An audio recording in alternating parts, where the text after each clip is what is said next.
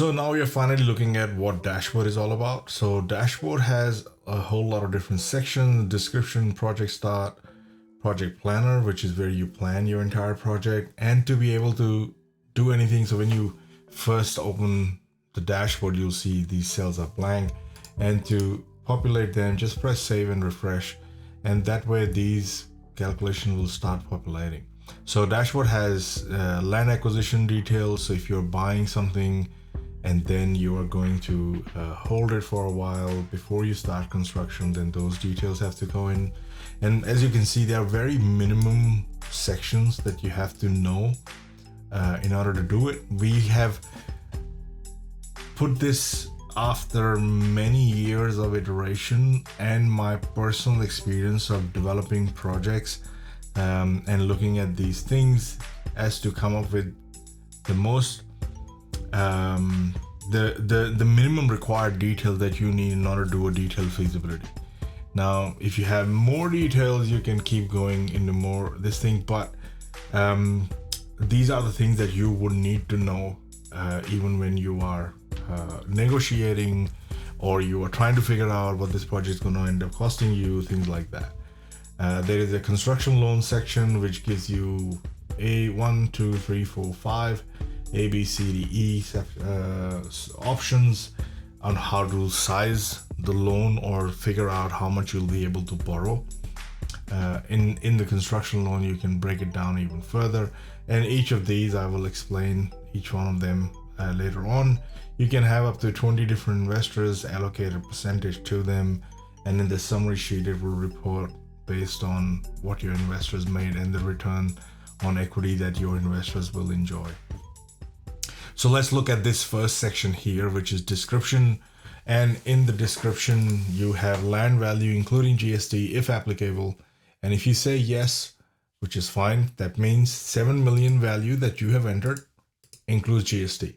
If it doesn't include GST and you want to do a project where you have you're paying GST on land, I would say enter that as 7.7 million in case it is, you know, it's basically in case it is you know, a 10% more. If it is 10% not, otherwise just enter the total value including GST and say yes, it includes. And when you'll press save and refresh, which we'll do in a second, you'll see that this value will change because it automatically deducts the value of the GST based on the percentage that you selected here. Margin scheme. Now, if you have yes here, this has to be no, because this is a very Australian thing, and in most countries this may not apply. And what it does is, I don't want to get into explaining what margin scheme is. If you go into Edge and if you've got access to property development system, you can search for margin scheme here, and you will be able to find GST and margin scheme in more detail of what that project, what it actually is, and what it explains everything there is to know about it. But on commercial projects for the Australian clientele, for commercial project there is no GST scheme, and if this is no, then this can be yes, because that means that you might be just doing a residential project, and based on that. And what this allows us to do is that allocate a value of land for margin scheme calculation purposes. So if the margin, for the purpose of margin scheme, the valuation of the land came out to be 6 million, then you would enter 6 million here and leave the 7 million, which is your purchase price, over here. But then this value is used to calculate your margin scheme calculations. These are sensitivities. So we have sensitivity tables on our summary tab. So if you go down here, you'll see these are sensitivity tables, and they are run based on the values that we put in here. So what we are trying to say is we want to see costs go up in 5% increments or go down in 5% decrements, and same with sales value. So we didn't have another section here, so we just put in a little slash in the middle, and this belongs to cost and this belongs to sales, and you can change that here. All of these gray cells, as you know, you don't have to do anything with them.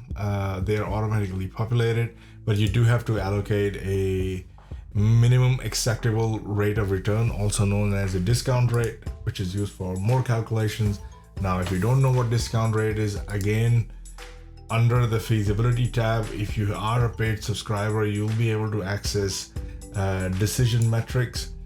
And in here, all the different metrics that we report on, you will see that we explain those things here in a lot of detail. And if you have questions, click on it and come down here, hit the reply button, ask questions about it, and that's how you learn, and so on. So let's go back to this. Then you have a target margin, which is used in calculating residual land value. So if you look at your summary sheet, you go down here, you'll see we have a residual land value matrix.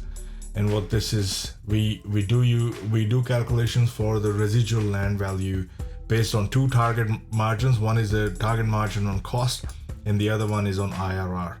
So based on whichever method or whichever decision metric that you decide to go with, you can allocate those here. So if you have a target margin, you put that here as 20%. If you have a target IRR, you put that here over here. If you do want to see what tax you'll have to pay, so it's not like we are not a tax advisor, neither are we accountants, neither are we going to do that. All we do is whatever percentage that you report here as 30% tax, in your cash flow section, we report everything before the tax is paid and after the tax is paid, and we give you metrics based on the tax value here. So that 30% would show up here and is linked here, so that you can see what you will end up making if you have to pay 30% or if you don't have to pay 30%. Usually these are done in a trust or in an LLC, where all profits are distributed straight away to the individual or other holding entities, and then it's up to those entities to pay their overall tax based on their overall tax position. But if your project is paying, and there's a thing called franking credits in Australia, and if you because whatever tax you pay here, then you can claim that back, or you get a discount there, you get credits in your own personal tax returns, so you can use that method as well. But as far as tax is concerned, this is what we put in here. So here all you need is whether or not what you're buying includes GST or doesn't. And if you are from US and you already turned that off, then none of this applies to you at all. This won't, and when you press save and refresh, this will, this won't matter. None of the calculations go further if you select NA over here for GST purposes. You need to know if you have margin scheme or not, if you have a different value. Otherwise, if this is blank or this is 0, the margin scheme land value is automatically the value which is X GST right here. But that's the value that we use. You need to know the sensitivity tables, which is pretty much default for me in 99% of the project. That's what I'd like to see on my summary table, and that's what I'll leave it at, and that's what the default value is. The discount rate, I keep it at 10%, which is kind of like a opportunity cost. As I said, go in here under decision metrics when you've got the full section, and you got a paid version, and we explain everything that we cover in the sheet in there. And if you come across something that's not in there, put it in the discussion or ask me anything, and we'll make it part of it. So that's your project start.